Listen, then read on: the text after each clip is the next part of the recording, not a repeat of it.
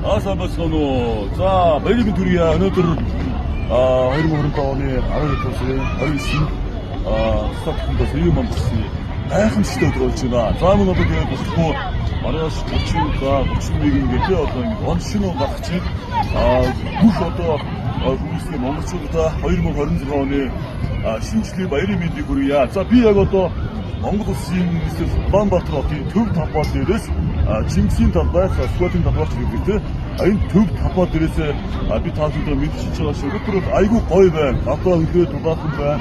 Маш гоё одоо баяр болж байна тийм.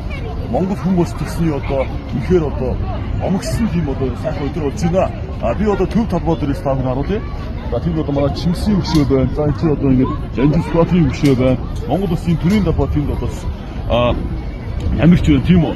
За ингээд аюу гоё байна. Ингээд арт төлөвтэйгээ хаадаа. Арт төлөвтэйгээ гэж.